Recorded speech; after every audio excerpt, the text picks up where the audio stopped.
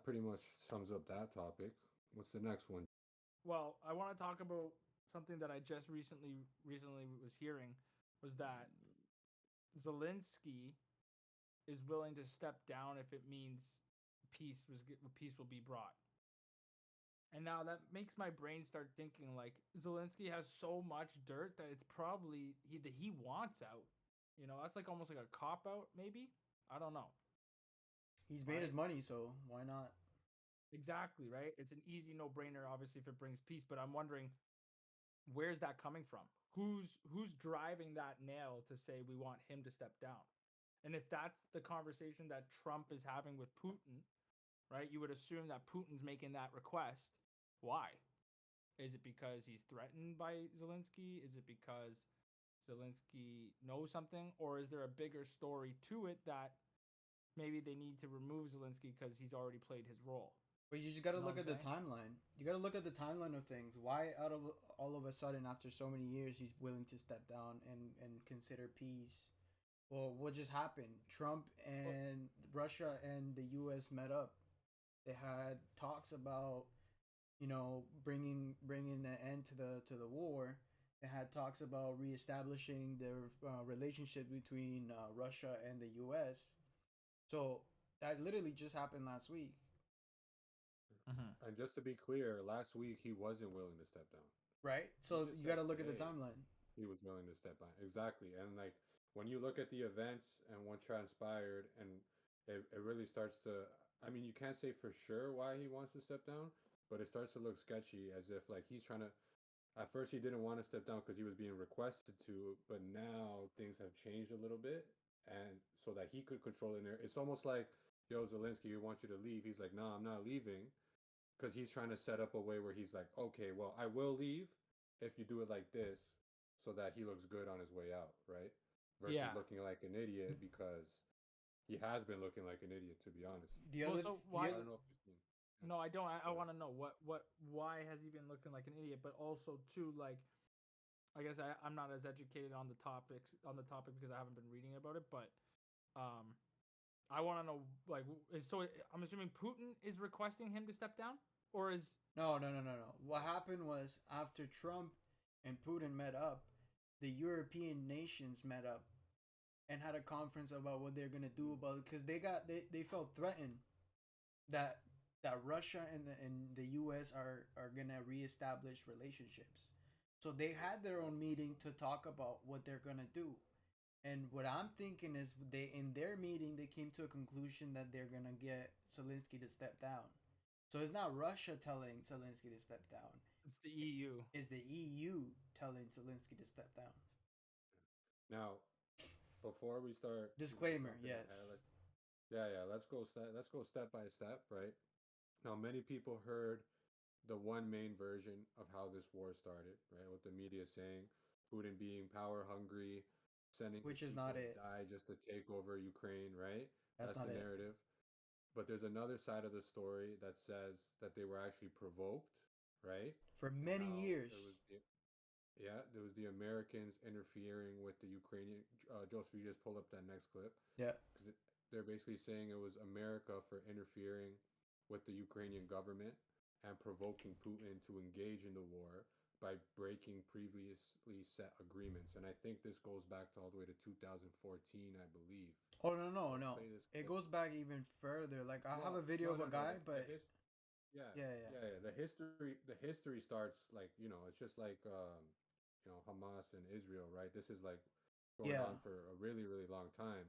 But apparently, from what this guy says in this clip, it shows how the Americans actually started yeah, yeah, provoking Russia and getting Ukraine yeah. to, They took go down behind them Ukraine's on this. president basically with the help of the U.S. and put Zelensky in office in a way.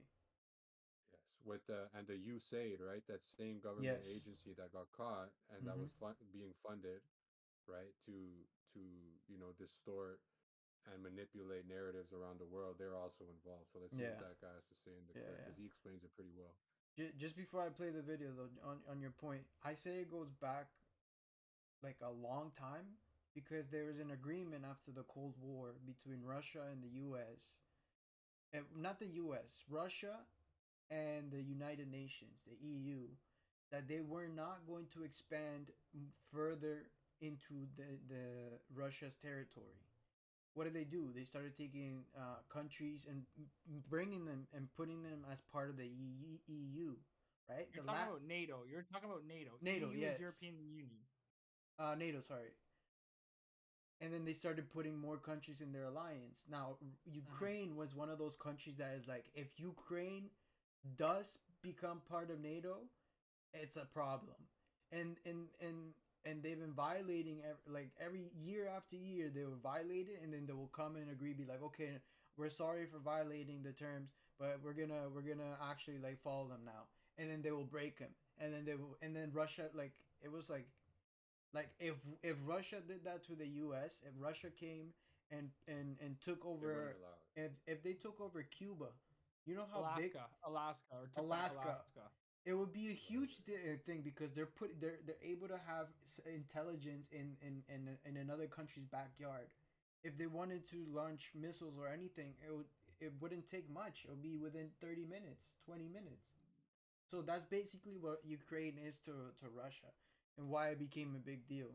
It's not about, sure, maybe there's a part of it that it's about taking over Ukraine's resources, but it's also about not having something, impend on your country where it makes it accessible.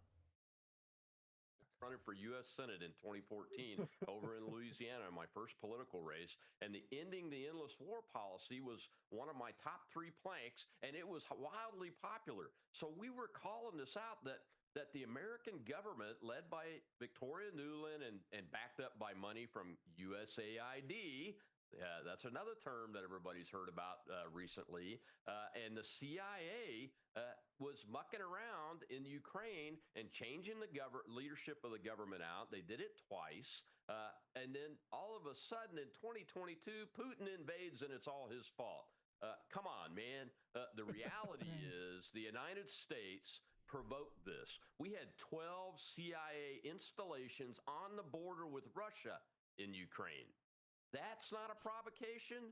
Oh my goodness. We used USAID to propagandize the population of the Ukraine to get them to come out and protest and support the Nazis that were the essence of those protests coming up against Zelensky there, which is why he flipped from a peace candidate to a war candidate. And he refuses to back off of it. Obviously, he's insulted the president of the United States yesterday, and the president of the United States is doing what Donald Trump does. He's crushing him, and he's going to continue to do that while he's in peace talks with the Russians and Vladimir Putin directly to try to end this killing.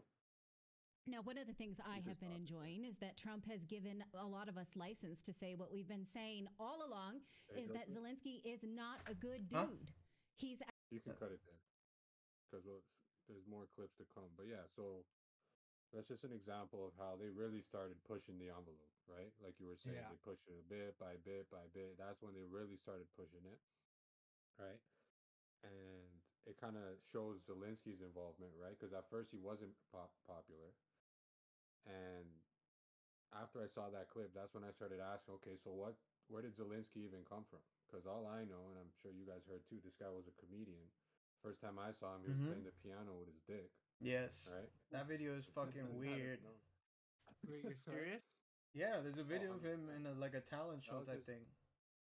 Yeah. And he used his penis to play the piano. Yeah, buddy. No, that's not much of a fucking talent if you ask me, but okay. I don't know. Have you ever tried it, bro? It's harder than it looks, man. Yeah, of course it is gonna be harder than it looks. You've got to be hard to fucking hit the key. Well, no, you also have to be thin, because or if you have a fat, you're hitting triple notes multiple at once. Keys. Yeah, you gotta have a thin to hit one key. Oh my god! How do we go down this rabbit hole? Right. Yeah. So, anyways, as I was looking into it, the first thing is he's a Ukrainian Jew, right? He pursued a career. What a quinky dink. He pursued a career in comedy and entertainment. And then with no political experience, out of nowhere, he announced that he would be running for president in 2019. Right? Like so Trudeau. yeah. So Another this is fucking weird. comedian This or story clown. is probably the most. I mean, the Emmanuel Macron story was weird in a sense where it's like fucked up, pedophilic nature and all that stuff. But this one is straight out of literally straight out of a movie script or a TV series, which you'll see in this next clip that Joseph's gonna pull up. So it dives deep into the odd background, goes into detail to what he was doing like prior to his decision to run, which is the reason why lots of people believe he's just, another theater puppet that's just acting out what he's told. Zelensky was a comedian turned actor who had a very successful run in a TV series called Servant of the People, where he played an everyman, a teacher who became president of Ukraine. It now appears that this TV program was itself a political operation run by oligarchs together with Western supporters to turn Zelensky into a figure that could be seen by the Ukrainian people as presidential, given the vacuum of leadership that existed. His series. Wait. That is some next level, bro. That's some next level brainwash shit. Make him like in the TV show precedent, so people actually kind of start seeing him as a presidential figure. So then later down the line, when you actually make him a president, people are like, you know what, he did pretty good on the show. Why not, bro? Not only that, but the TV show was called Servant of the People, and his political party was called Servant of the People. So they propped him up. Bro. They use people's subconscious, right? To predictive programming. Is there still more stream? Is there still more? Are we still watching? There's still more. Okay, let's watch. Sorry, Joe. Until March of 2018. At that time, his production company, I'm just being serious here, registered Servant of the People as a political party, Zelensky's political party. So he literally ran for president in a political party named after the television show that he starred in, where he played a president who came out of nowhere. And that's then amazing. Once he became president, his job was to read from a script written by others. And it got him in trouble in Ukraine because he was not up to the task. Actually, on the eve of the Russian special military operation, Zelensky was one of the most unpopular presidents imaginable. His popularity had collapsed. But then the war came, and a new team of producers and scriptwriters came in and took over the Zelensky show and turned him into a Winston Churchill type figure, the hero of democracy. And they used the war as a background to create this drama, this action-based drama that they sold to the American people, to the Europeans, as a vehicle to bring down Russia. And Zelensky's been reading from a script ever since. But as I say in my article, the production money's run out. The producers have found other shows to produce. The popularity of the show has waned, and it's time to bring it into to this drama. Zelensky's an actor, though, who believes he is the part that he is playing. He's denied a script, and you said, what is he doing? Right now, he's literally ad-libbing, and it's improvisation. And it's not working. He's alienating everybody. That's it, right? Yeah. Wow. That's pretty much it, yeah. Wow. Bro, okay, look. So- before we move on, hold on. I just want to say, like, we all have Ukrainian friends, and like, the ones I know specifically, all of us know. Yeah. And me personally, bro, back when the war with this was going on, I posted a lot of shit that a lot of Ukrainians did not like. And there's two characters that we all know that like literally stopped talking to me entirely. It like literally hates me. I think since those times, because they argued that I was being insensitive, that I didn't know what I was talking about. And I was like, no, listen, brother, you don't know what you're talking about. You are being brainwashed and being emotionally manipulated into thinking this is the how things have been going on, and you especially since you're Ukrainian, you're being affected by it. But I'm not the things I'm posting is not because I don't like or fuck with you guys. It's because especially since I have friends who are Ukrainian, I want you guys to know the truth, right? And ever since those times, they've never talked to me. Like I've seen them a couple times, they just ignore me because they literally are like so brainwashed by this thing. So I really hope like maybe hopefully one day if one of our Ukrainian friends who maybe are willing to talk and have a like a conversation about this whole thing, their point of view, and if they're willing to listen to a different point of view, it'll be great, bro. Because just the other day I saw one of our friends post like Donald Trump's a fucking idiot, like he supporting these people who took over our country, like all this stuff, and it's like no, you don't understand what's going. It's been 4 years and you still don't understand what's going on. But this is the thing because I had a similar experience with that because at the time I was actually posting a lot about it and it wasn't like I was just posting facts of historical facts regarding this whole issue, right? The fact that the West did push east, NATO did push east. We did get closer to Ukraine. We did these guys by Ukraine wanting to join the EU. We can then install intelligence and stuff at the border 500 kilometers away from Moscow. Like that's like this is history. The problem is, though, you're never going to be able to get your point across to people who are emotionally inflicted directly. Like, I could never put myself in the shoes of a Ukrainian because guess what? They have family there, they have friends there, their houses are getting destroyed, there's a bloodbath. Like, that's what I'm saying. We have these type of conversations, the only people that actually have a right to say whatever the fuck they want to say regarding this topic is them because they're directly their families are literally being killed and vice versa the Russians as well, they're also being hammered as well, right? Yeah. So it's like it's one of those things where it's like I like and I've had this conversation with close group people in our group and every time we sat down at the table and we talked I was like I start off by first saying I love you dead ass, like I like I'm not here speaking against you, I have nothing against your people, I have nothing, I'm just going to speak on what I the research I've done, but I could never expect you to compromise your beliefs with what I'm about to tell you because I do understand that you're emotionally directly inflicted by this situation, Very right? well So said. so you can't like at the end of the day, like as much as of historical facts you may present them, you will never be able to make somebody understand why their father or why their cousin or why their third generation cousin got killed.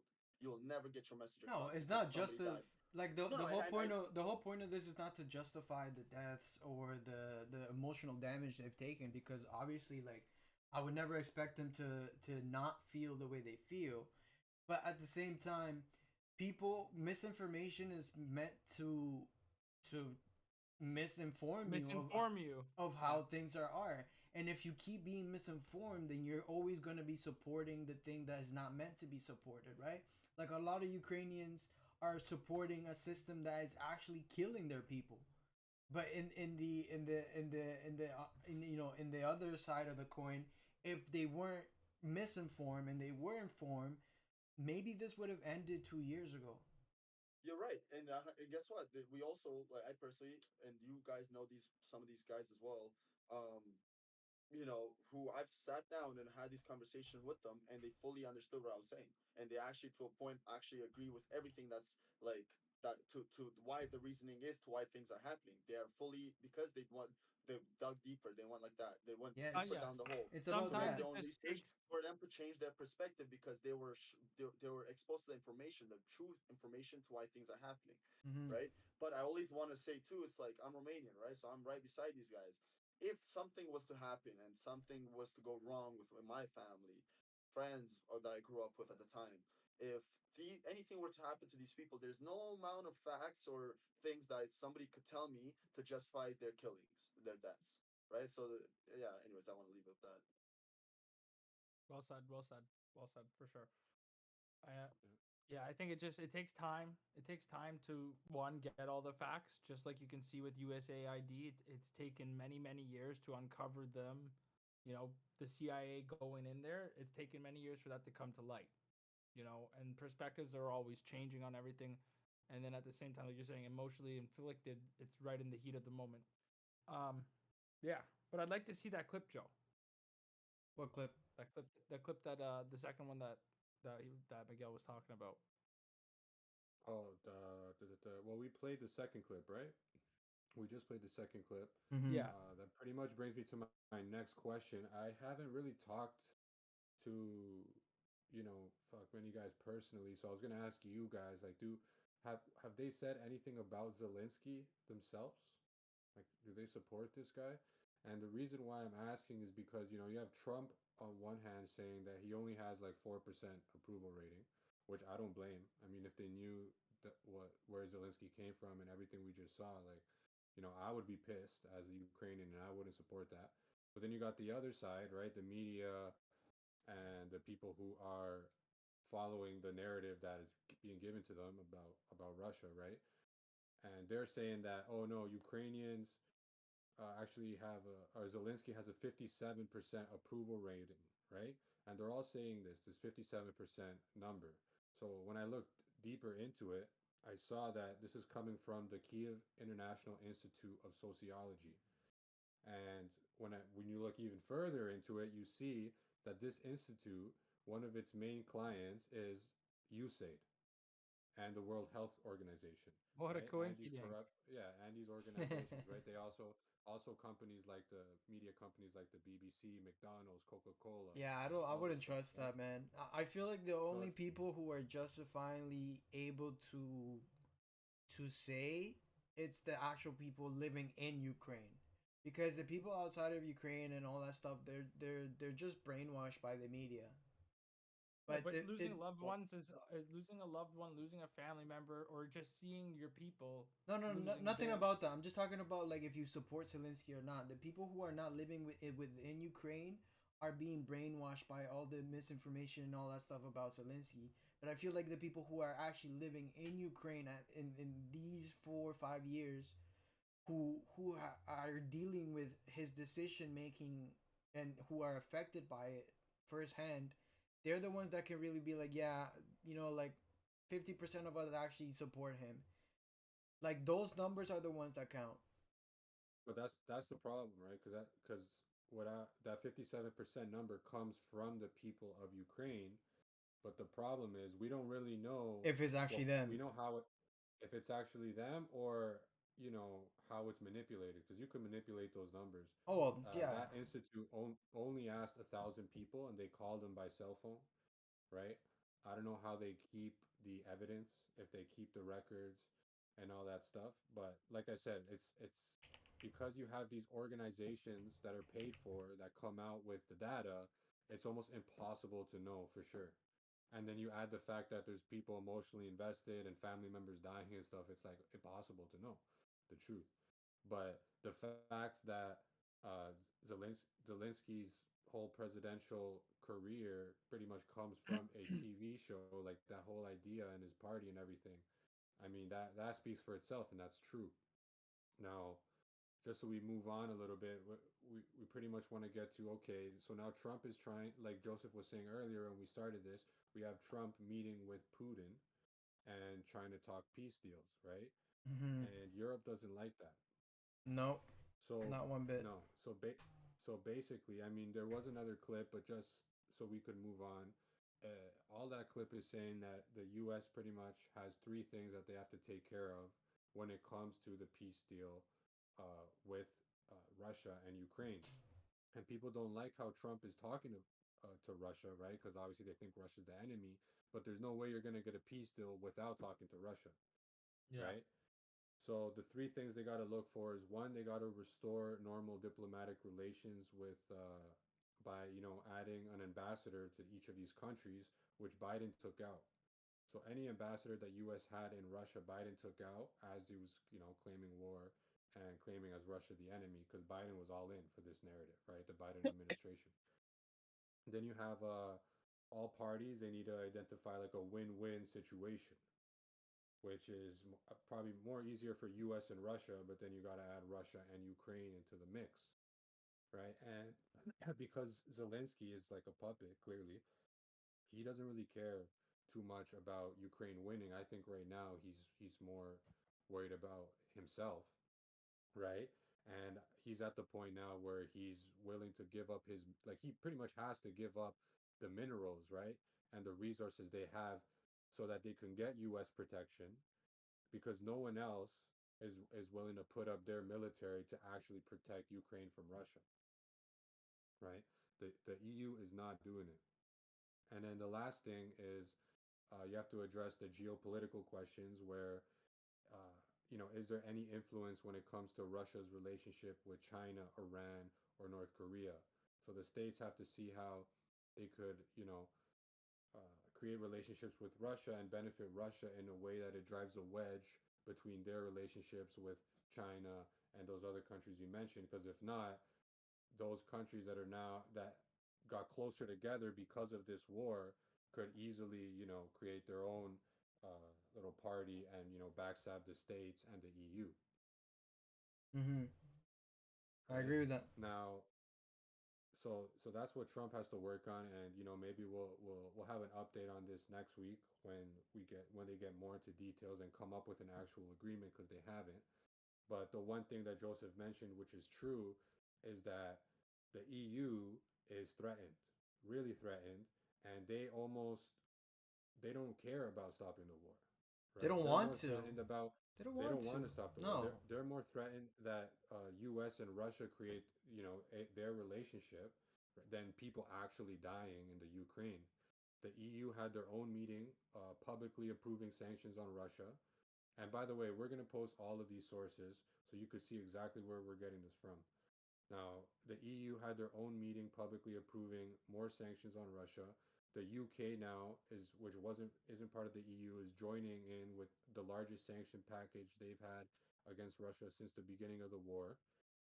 And then just this morning, and this is information coming from Ukraine again, right? So how much we can trust this information? I mean